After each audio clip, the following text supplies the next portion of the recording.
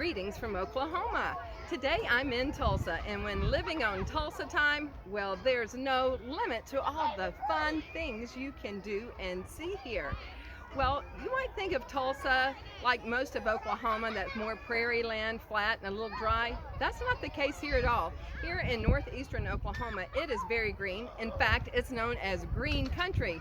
They have lots of trees and beautiful flower gardens, and the topography is beautiful, very, very hilly. And I think it's a beautiful place. It even has 4 different, very distinct seasons. So some of the fun things to discover here, they just have so many treasures. Well, the first is that it has a super rich history. I mean, rich history. And also they have so much beautiful, monumental Art Deco architecture. They have lots of great museums and a wonderful restaurant scene. They even have a world-class award-winning city park, which I'll tell you about here in just a minute. But did you know that Tulsa was once the oil capital of the entire world? Well, it sure was. And it all started back in the 1900s when that black gold was discovered here. And that turned tiny little Tulsa, Oklahoma into this big, booming oil town. Yes, it just exploded in growth. In fact, I believe they had about 400 different petroleum oil companies here, and also 7 booming banks just trying to keep up with all the business that was happening here in Tulsa. And as a result, well, it made a lot of millionaires, even billionaires, as it probably still does today. But you'll probably be familiar with some of the names like Henry Sinclair, J. Paul Getty, and the Phillips brothers. Yep, they're just some of them. And speaking of the Phillips brother, well, Frank Phillips, one of the things he did with his money is he bought about 6,000 acres that is just a little north of here, and he named it Woolaroc. And today it is a wonderful preserve and museum, and it has lots of native and exotic wildlife, so you can drive through it, and it's really beautiful. Lots of woods and lakes and rocks and animals, and then when you get to the end, there's a restaurant and then this really nice museum called Woolaroc Museum that has just an incredible, very impressive collection of Native American art and also Western art. It's something to see, and I would take the entire day to see it all. But his brother, Wade Phillips, and he decided to come to Tulsa and build his home along with many other oil men. There are some gorgeous homes here. That is a whole nother story about the beautiful homes. But he built this amazing Italian villa, and it sits on 25 acres of these lush gardens. And you can see the home today because it is known as Philbrook Museum of Art. So it has art from all over the world, and it's in this beautiful Italian villa home that was once the residence of Wade Phillips. And you can see all this and more when you go on tours with Tulsa Tours. They know everything about the past, the present, the future.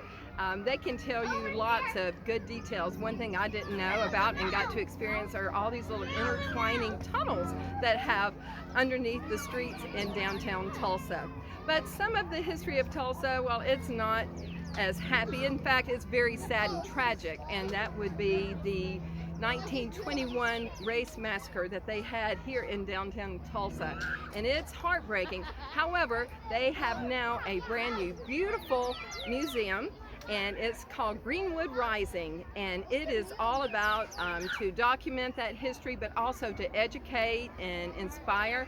It is a sobering experience, but it is very, very well done.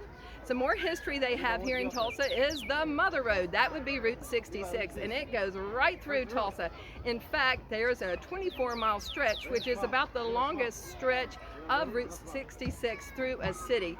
And there are so many fun and iconic things to do and see that are still here. People come from around the world to travel down Route 66. It is a thing across the entire planet.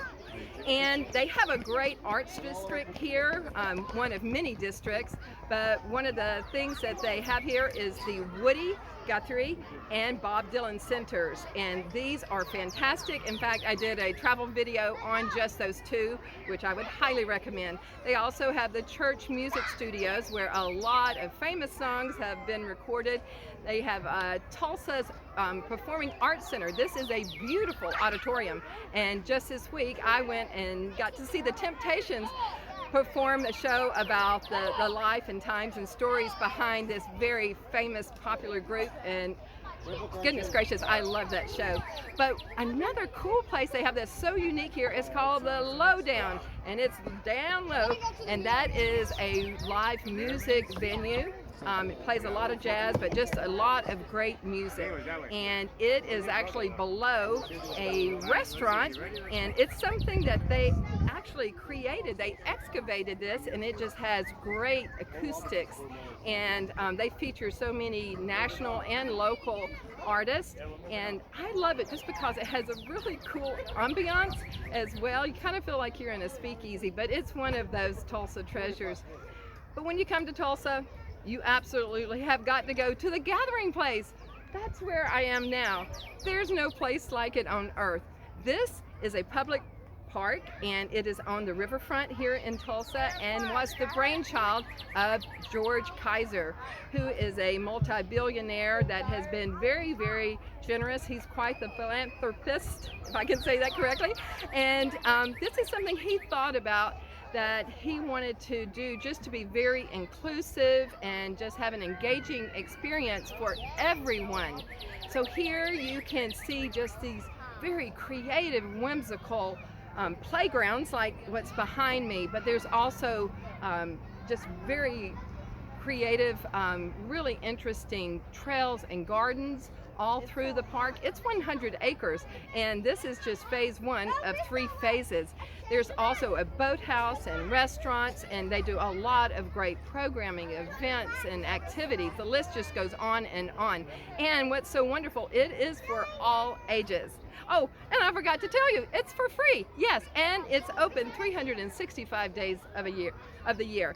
So this is such a gift to the people of Tulsa, but also a gift to the world, because anyone can come and experience this.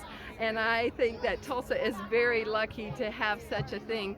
It's something for everyone. And right here in Tulsa, there are definitely so many treasures to be found. Just another travel tidbit from Travel with Terri.